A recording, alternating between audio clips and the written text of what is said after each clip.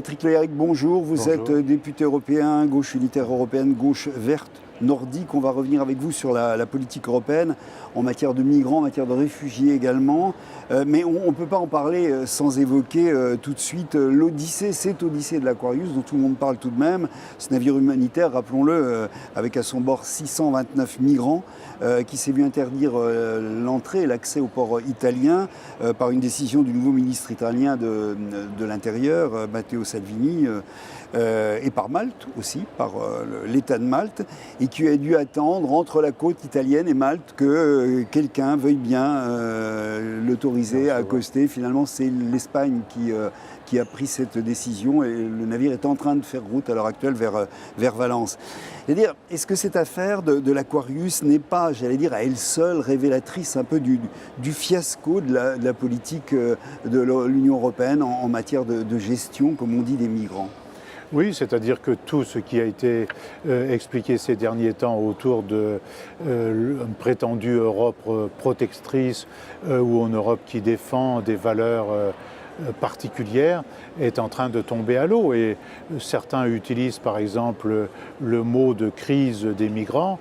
Ce n'est pas du tout ni la crise des réfugiés, ni la crise des migrants, ni la crise des exilés. C'est la crise de l'Union européenne qui, comme vous le dites, est en train de se révéler au grand jour. Avec des pays qui plus personne n'est d'accord avec personne. En réalité, c'est cette désunion profonde que met en évidence cette affaire-là. C'est-à-dire qu'il n'y a pas de solidarité européenne. La seule chose où le Conseil des chefs d'État et de gouvernement se met d'accord, c'est pour des mesures militaristes et sécuritaires. C'est-à-dire on veut orienter l'argent aujourd'hui non pas vers la main tendue, non pas vers les ponts, mais vers les murs, non pas sur la protection, mais sur des mesures sécuritaires et d'éloignement de celles et ceux qui aujourd'hui cherchent un petit refuge. Conséquence de la politique qui a été mise en place de manière un peu plus rigoureuse, on va dire, il y a maintenant 3 ans par l'Union européenne, qui est en fait un déni de réalité. C'est-à-dire, le problème, c'est d'arrêter la question, c'est comment on arrête les flux migratoires, comment on fait pour éviter que les migrants arrivent, migrants ou réfugiés, puisqu'il y a des réfugiés de guerre, on l'a vu au Moyen-Orient, etc. Là, on a des réfugiés qui sont aussi des réfugiés de guerre venant d'Afrique ou des réfugiés qui fuient la famine, etc. On est dans ce cas de figure-là, en réalité. Oui, c'est-à-dire que c'est des choix, des visées de très courte vue, où les dirigeants du monde, et ceux de l'Union européenne particulièrement, ne voient pas les effets des politiques qu'ils conduisent. Les politiques qu'ils conduisent, c'est la famine et la misère qui augmentent, c'est le réchauffement climatique et c'est tous ces actes guerriers qui conduisent des millions et des millions de gens du Sud, notamment sur les routes de l'exil. Alors, paradoxalement, cette affaire de l'Aquarius fait aussi apparaître ses limites quand même, en plus que ses limites, ce fiasco de la politique européenne, on le disait. Et on voit bien en plus qu'il y a d'autres mouvements d'opinion, y compris d'autres décisions qui se prennent, par exemple au niveau des États. On a vu dans l'affaire de l'Aquarius, très spécifiquement sur celle-ci, que des villes comme Palerme, que des villes comme Naples, que l'Espagne aussi en tant que pays, n'étaient pas d'accord avec ce que faisait l'Union européenne et du coup avait une attitude positive dans une conjoncture particulière. La Corse également, on a vu les nationalistes corses dire venez en Corse, nous on ouvre, rappelons quand même que la Corse est une île française, mais alors que la France ne disait pas grand-chose, on en parlait tout à l'heure. Elle a refusé plutôt. Elle a refusé, oui, voilà, clairement. Disons qu'on voit par ailleurs qu'il y a des forces en Europe, assez spécifiquement des forces locales, qui elles, au contraire, commencent à avancer des éléments différents pour envisager cette question et régler cette question des migrants. C'est aussi ça que révèle cette histoire. Oui, il y a un mouvement humaniste, un mouvement progressiste, des dirigeants progressistes dans l'Union européenne qui ouvrent plutôt leur cœur aujourd'hui. Mais la situation de l'Italie est une situation qui a été un peu créée par le fait que les dirigeants européens, notamment le Conseil des chefs d'État et de gouvernement, n'a pas pris les dispositions qu'il fallait prendre en maintenant l'Italie, Malte et la Grèce comme les seuls pays entrants.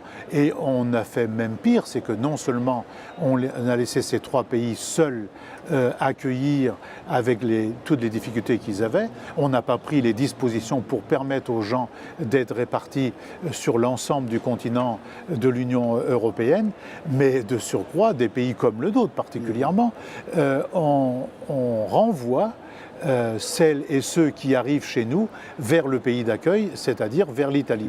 Donc c'est la manifestation qu'il n'y a pas de solidarité. Alors au fond de tout ça, au niveau européen, enfin au fond, un des éléments, en tout cas on va voir quelle importance il a à l'heure actuelle, c'est effectivement le débat, la discussion sur le fameux règlement de Dublin dont on parle sans arrêt en disant qu'il faut le changer, etc. On rappelle qu'en 2 mots, le règlement de Dublin, c'est là où un réfugié ou un migrant, mais le pays dans lequel il met le pied pour la première fois, doit traiter son dossier d'accueil, de demande d'asile, etc. Et on voit qu'il n'y a pas beaucoup de solidarité effectivement entre ces pays, entre les autres pays et ces pays d'accueil qui reçoivent les migrants. La Grèce, ça a été la Grèce d'abord, c'est aussi beaucoup l'Italie à l'heure actuelle. Est-ce que réellement, cette modification, c'est un objectif fondamental aujourd'hui en Europe, modifier ce règlement de Dublin et faire que la répartition des migrants se fasse dans tous les pays de manière équitable, entre guillemets, reste à définir ce qu'on entend par équitable. Est-ce que c'est vraiment un verrou qu'il faut faire sauter? Oui, pour le coup, la Commission européenne avait fait, il y a de nombreux mois de ça, des petites avancées, limitées, mais elles existaient. Le Parlement européen a voté un rapport qui est très intéressant, qui pousse à la sécurité, à la sécurisation du parcours du migrant, ne pas le laisser tomber à l'eau comme on le fait aujourd'hui.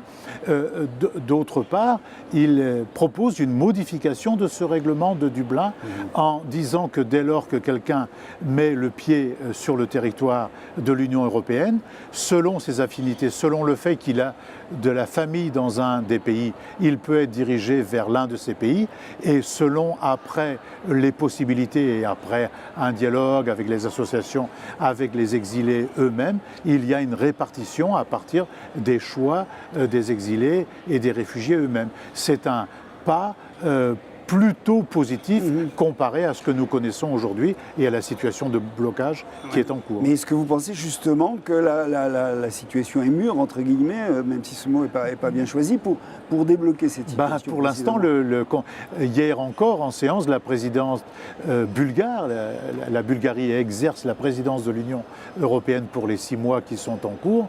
Elle a mis sur la table un projet de nouveau règlement, mais ce projet ne résout pas du tout les problèmes. Il met un petit peu de souplesse, mais il est totalement inefficace. Et il est question de retirer cette question de la réunion du Conseil européen qui va avoir lieu le 28 et le 29. Et donc il faut se mobiliser pour qu'il y ait des choix humanitaires, humanistes qui soient faits à cette occasion. Un mot sur la France, vous l'évoquiez tout à l'heure, le gouvernement français a dit hier, la France a pris sa part dans l'accueil des réfugiés. Ce qui est faux, la France est 26e sur 28, si on voit les statistiques d'Eurostat justement dans l'accueil des réfugiés. Le nombre de réfugiés en France est infime par rapport à ce qu'il est dans d'autres pays comme la Suède, l'Autriche, etc.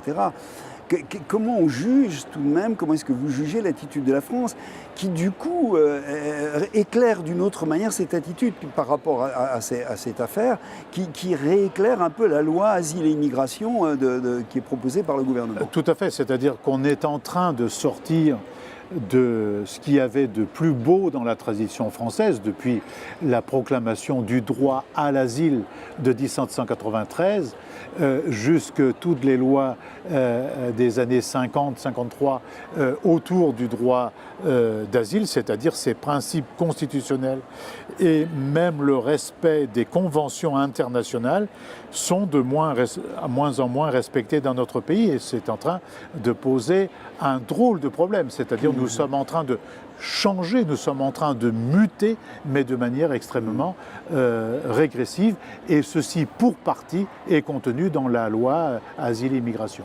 Et est-ce qu'au-delà de ces considérations humanitaires, telles qu'on les définit ici, ce cadre-là juridique et humanitaire, est-ce que cette question d'immigration n'est pas tout simplement le symptôme d'un monde qui est structurellement et fondamentalement en train de changer? Parce qu'on le sait, ces migrants qui viennent vers l'Europe au péril de leur vie ne retourneront pas. Les raisons qui font qu'ils sont là sont fondamentales et structurelles. Les déséquilibres entre le Nord et le Sud, les questions économiques, les questions climatiques, etc. Est-ce qu'il n'y a pas une accélération qui se fait par l'intermédiaire de cette question des migrants sur les grandes contradictions du monde contemporain et qu'il va bien falloir à un moment donné les aborder de front parce qu'il faut voir la réalité telle qu'elle est à l'heure actuelle? Tout à fait. Si on avait une union solidaire, humaniste, une Union européenne humaniste et solidaire, on serait dans une toute autre logique. Parce qu'il y a les réfugiés et les exilés qui sont le résultat assez terrible des guerres, des réchauffements climatiques, des misères, de la famine et d'une multitude de mouvements qui est en train de se produire. Mais le mouvement d'ailleurs n'est pas essentiellement le sud vers le nord. Il est souvent entre pays du sud. Et ça, il y a derrière ça une grande question qui a à voir avec notre humanité commune et la solidarité qu'on va y créer. Mais il y a un autre phénomène s'agissant des migrations. Les migrations essentielles vers l'Union européenne ne sont pas les migrations du Maghreb et du Proche-Orient.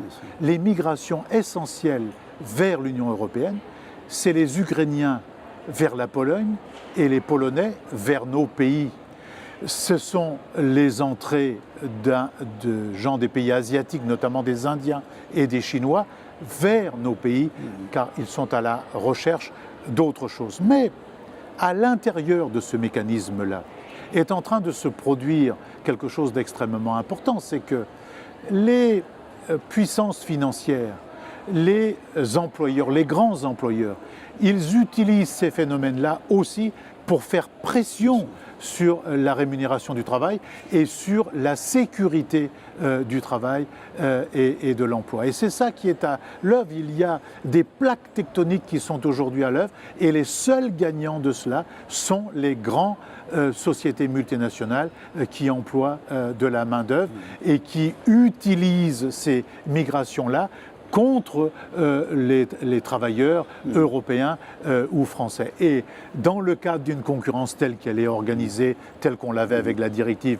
détachement des travailleurs, ceci aggrave l'ensemble. Et donc, la question qui nous est posée du point de vue de la solidarité, c'est de créer une alliance nouvelle des travailleurs dans le monde pour les droits sociaux, humains et environnementaux. Et on va terminer là-dessus. On a l'impression, vous le disiez tout à l'heure, que ce genre d'événement, ce genre de phénomène est en train, la compréhension de cette situation-là est en train un peu d'avancer. Si on compare la situation actuelle par rapport à ce qu'elle était, la situation des consciences, on va dire largement, par rapport à ce qu'elle était il y a quelques années, on se rend compte que se joue là quelque chose de fondamental, je veux dire, pas simplement pour nos avenirs à nous, mais pour l'avenir de l'humanité, tout simplement. Oui, sans doute que chacune et chacun de nos concitoyens autour de nous, dans nos familles, dans nos cages d'escalier, dans nos villages, va se rendre compte de plus en plus que nous vivons dans un monde commun, que nos destins sont liés et l'avenir n'est pas de se battre les uns contre les autres,